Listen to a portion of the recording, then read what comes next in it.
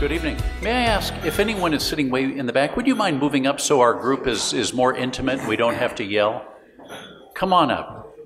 Be bold. Thank you. Thank you so much for doing that. Well, I'm not a scholar or an academician. I'm a serial entrepreneur in Silicon Valley. And over the years, I've run up against regulation. And as a small business owner and grower, and it's made me very interested in what kinds of regulation promote versus stifle entrepreneurship, innovation, and economic growth. And I'd like to share with you some thoughts on that. Everything I'm going to share with you today is in an article I wrote in the International Journal of Entrepreneurship and Small Business. And if anyone would like a link to that or a copy of it, I'd be happy to give you one. Just hand me your business card at the end. It goes into much more detail than I'll be able to go in this short set of remarks. So, why does North America enjoy 4 times the GDP per capita of South America? Why was Botswana in Africa the fastest growing country in the world from 1965 to 1995? Well, I'll answer those questions before I finish here, but let me just say it's not merely a question of how much regulation, as we so often think, but what kind of regulation. When we think of regulation, of course, we naturally think of statutes, regulatory agencies, and executive orders. But we forget that these rest on top of a more fundamental form of societal and economic regulation that emerges from societies and economies. And I'm talking about agreements between people, private contracts, common law, which emerges from people trying to resolve their own disputes, and markets. All of these are forms of regulation of societies and economies that emerge from the bottom up. There's a school of economics that's not getting nearly the attention it deserves, which views the economy as a complex adaptive system, similar to the environment, similar to the brain. In all 3 of these things, brain, environment, and economy, order emerges from the bottom up. In the brain, it's neurons that interact to combine to form ideas and thoughts. In the environment, it's different species that form ecosystems. And of course, in the economy, it's buyers and sellers. So what do these systems have in common? They're unpredictable.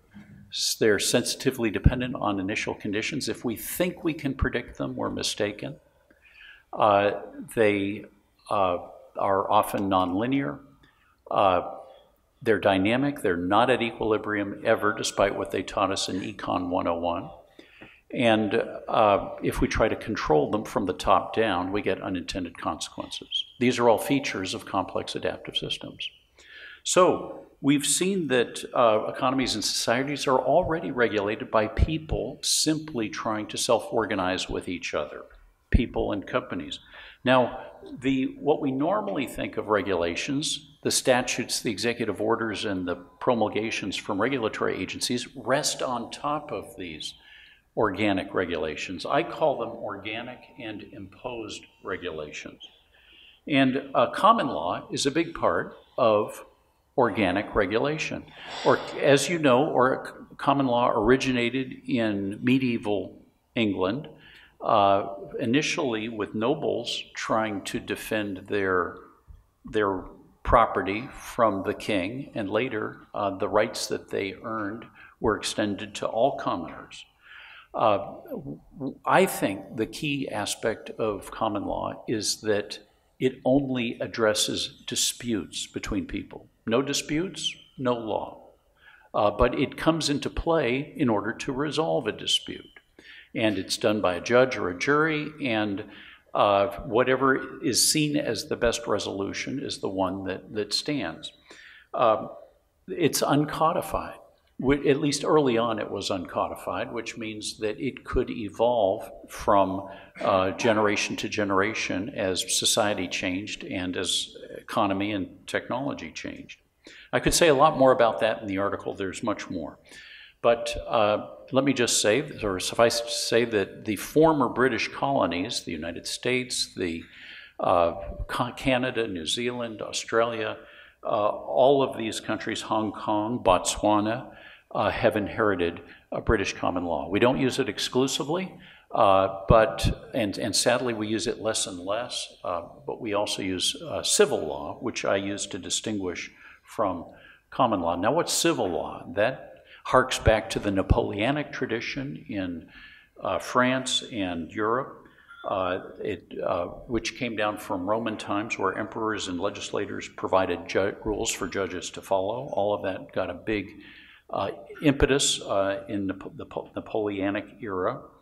And it basically disempowers judges and juries from doing anything but implementing the law. And so even if there's a resolution that's more beneficial to both parties involved, they don't have the ability to adopt it. The distinction between civil law and common law has been called policy implementing versus dispute resolving, which I like very much. Well, sadly, the mix of common law and civil law that every country in the world uses, including the United States, has shifted towards civil law in the last 80 years. 50 or 80 years ago, let's say 80 years ago, we were primarily a common law country. Now we are primarily a civil law country, top-down regulations rather than bottom-up. How many people here have heard of public choice concerns? I think most of us. Public choice, of course, is when economic and other incentives that are unrelated to the public welfare intrude on law and regulation. Well, whenever you hear of public choice concerns, those are associated with civil law. They protect politically favored businesses and lobbies, they generate revenue for agencies, and they insulate, oops, I just lost my notes. They insulate bureaucratic agencies from competition. So that is also, they cannot evolve as technology changes. And so in the paper, I talk about the impact of these two different forms of regulation, organic versus imposed, on entrepreneurship, innovation, economic growth. Probably the most definitive study is one that shows that the nations that have inherited British common law have enjoyed 0.5% greater economic growth per year over the last 2 centuries than those that inherited civil law. And so if you look at North America versus South America, if you take 0.5% and raise it to the 200th power, you get approximately a factor of 400%, which is the delta between the GDP per capita of North America versus Latin America. I mentioned Botswana. Why were they the fastest growing country in the world from 1965, when they got independence, to 1995? Because they inherited not one, but 2 forms of common law. They were a British protectorate in the 1800s, but the British ruled Botswana with a very light touch and gave stature to Botswana's own tribal law, which was a form of common law. And so the combination of these two led to the wonderful growth that they experienced for those 30 years, and which propelled them from one of the world's lowest income countries to a middle income country. So what can we do about this? Whenever we hear about a new regulation being proposed, we can ask, could this possibly just be handled on a dispute resolution basis? Are there existing common laws that could be applied? Let's take drones, for example, which I mentioned in the paper. Drones are very severely regulated by the Federal Aviation Administration today. They can't be more than 400 feet. They have to have a single dedicated operator. They can only be used during daylight hours. I could go on and on. And as a result, the use of drones for commercial purposes is practically nil. It's a hobbyist activity in the US. What a waste, because we could be getting packages delivered to us by drones by Amazon and other companies. Well, it turns out there's plenty of common law that could be very naturally extended to drones. Dangerous animal laws have been on the books for centuries. If an owner owns an animal which is dangerous and that animal destroys or harms property, the owner is responsible. A drone is a very natural extension of that. Peeping Tom laws have been on the books for centuries. It's illegal to peep into someone's room without them knowing about it, or a house, or what have you, a window. Well, drones with cameras can be like peeping Toms, and again, we have a body of common law that can address it.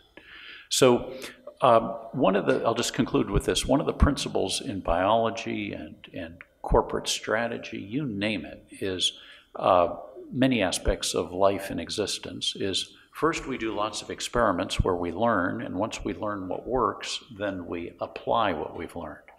That is the right relationship between common law and civil law.